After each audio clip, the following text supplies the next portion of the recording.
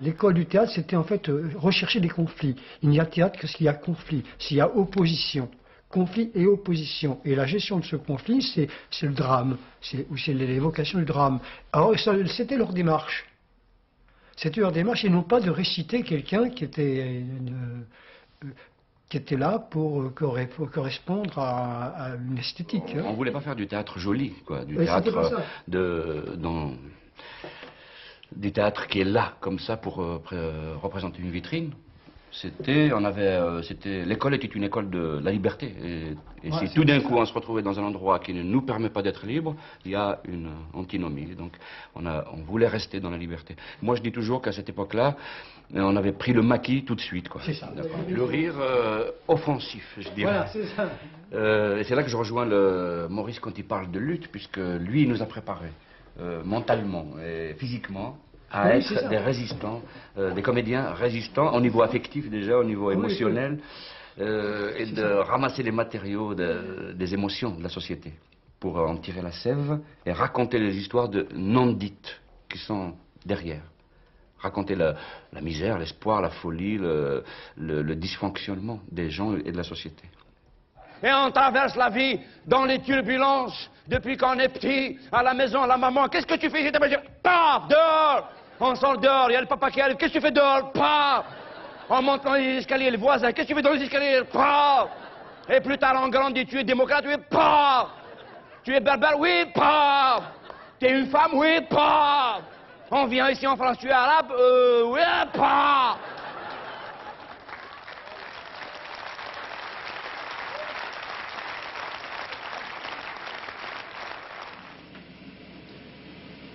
De la paperasse, partout. Il y en a plein là. Les amendes, les impôts, télécom, EDF, GDF, les allocations familiales, la sécurité sociale, les ASDIC, la MPE, la voiture, l'électricité. Il y a des factures partout, il y a des dossiers partout. Plein. Je suis toujours en retard par rapport au paiement.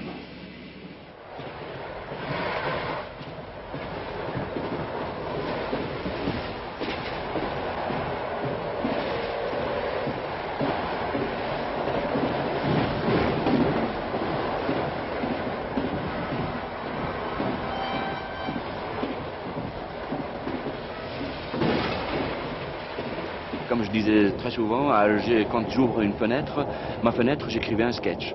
Parce que la vie, elle est là. Mais c'est vrai que c'était l'époque aussi où à Alger, je faisais des spectacles d'urgence, où j'écrivais des sketchs le matin, je les jouais le soir. Où j'écrivais des sketchs des fois une demi-heure avant de rentrer sur scène. Et je les jouais sur place parce que c'était il fallait que je réponde à cette urgence. Voilà, c'était réactif, il fallait que je réponde à cette urgence-là. Et c'est vrai que c'était formidable parce que ça me poussait tout le temps à être vigilant pour cueillir les choses qui se passent dans les journaux, dans la presse, dans la rue, dans la vie, mes propres angoisses, le discours politique, le discours des intégristes ou de toutes les tendances politiques ou sociales. C'est vrai qu'aujourd'hui, peut-être que ça me pousse, je n'ai plus ça, je n'ai plus cette vie-là, ce foisonnement, cette ruche, mais ça me pousse à aller plus loin encore, en moi, dans ma mémoire, dans mes souvenirs, il y en a plein là-dedans. Et donc je vais encore plus loin pour chercher des choses qui peut-être sont aujourd'hui plus importantes, qui sont l'épiphénomène de la société algérienne, c'est-à-dire les choses qui restent et qui sont fortes. Et j'attaque peut-être plus profondément, et c'est peut-être plus aujourd'hui, plus nécessaire que l'actualité du jour qui était valable à un moment et que je ne peux pas de toute façon exploiter aujourd'hui puisque je n'y suis plus. 18 mars, même heure, même condition atmosphérique. La lointaine. Le matin. Les journaux d'Alger. Je les achète pour l'odeur, pour l'encre, pour les formes. Parce que ça fait appel à des trucs aussi. Et de temps en temps, je trouve des petites histoires dedans, comme celle que j'ai trouvée la dernière fois, où on racontait l'histoire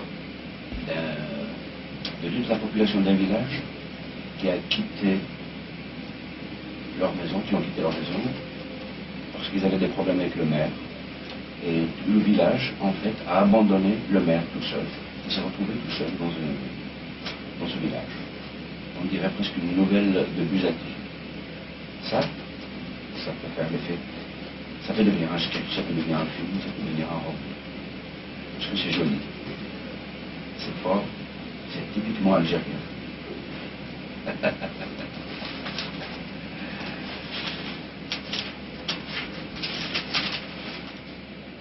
Avec le printemps du rire, comme ça. Ouais. Voilà.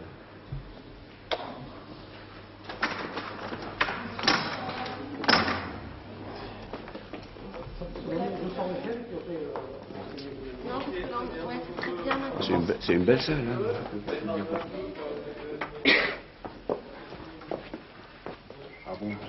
Tout ce qui lui faisait le plus mal, c'était les problèmes... Comment on les appelle en français déjà, j'ai oublié. Les problèmes... j'ai un trou. Je crois qu'on dit... comment on dit les problèmes là? Les problèmes textuels. Ou sexuels, ou je sais pas comment on dit. Depuis le temps que je n'ai pas pratiqué, j'ai oublié ce mot.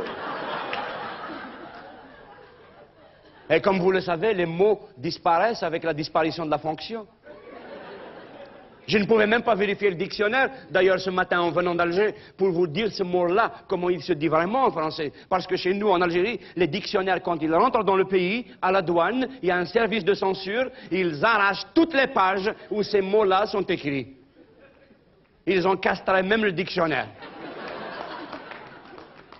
Ils enlèvent même les photos là, du corps humain, là, les planches anatomiques où on montre les muscles et tout ça, les nerfs et tout ça là. Enlève-moi ça, enlève. Ces occidentaux là, ils ont pas honte. Wallah, ils ont pas honte. Ça leur suffit pas qu'ils soient nus, ils lui ont enlevé même la peau. Hein. Même la photo du squelette, là, le dessin du squelette dans le dictionnaire, arrache, jette-moi ça. On sait jamais. Les Algériens, ils ont beaucoup d'imagination. Hein. Je n'ai jamais écrit quelque chose qui est destiné à faire rire uniquement pour faire rire. C'est toujours des histoires d'abord très fortes, très dures, très pesantes, des espèces de mini-cauchemars qui sont les miens ou ceux de la société, que je travaille parce que ça permet de dénouer j'essaye de dénouer Et après, ça fait réfléchir. Et après, ça fait réfléchir, voilà. Ça fait réfléchir, ça donne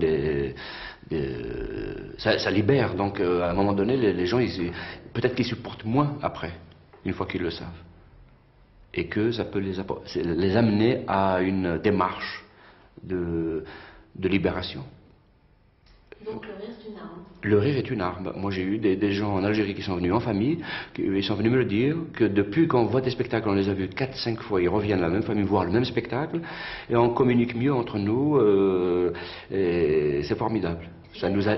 Oui, c'est de la thérapie, ça nous a libérés. C'est pas comme là-bas en Suisse.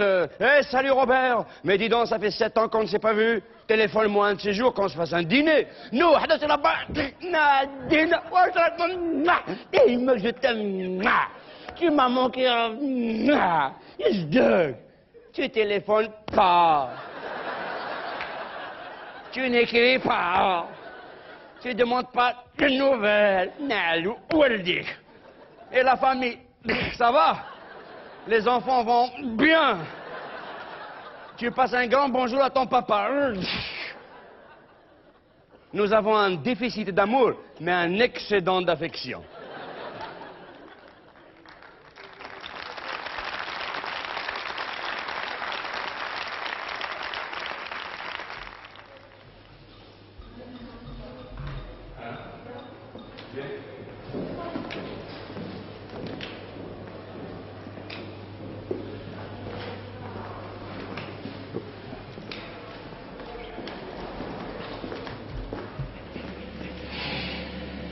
On a voulu faire de nous des clones résignés de la pensée unique, et nous sommes devenus des clowns agités de la pensée multiple.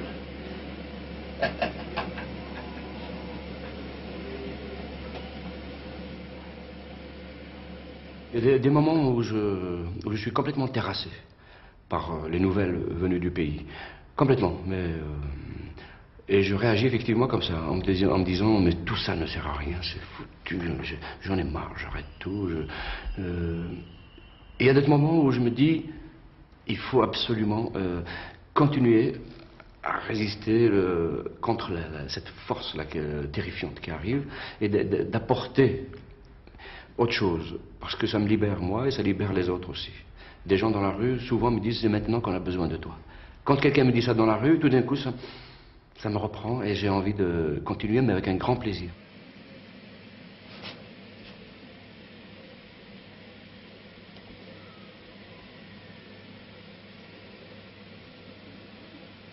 Les gens que je raconte, c'est des gens que j'aime. Et c'est des gens à qui je rends hommage aussi, même quand ils sont dans leurs défauts.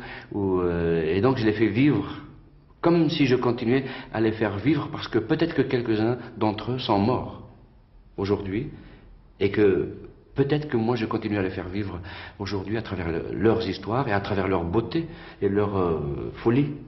Et continuer à être là, et c'est ça qui m'encourage. C'est l'amour des gens.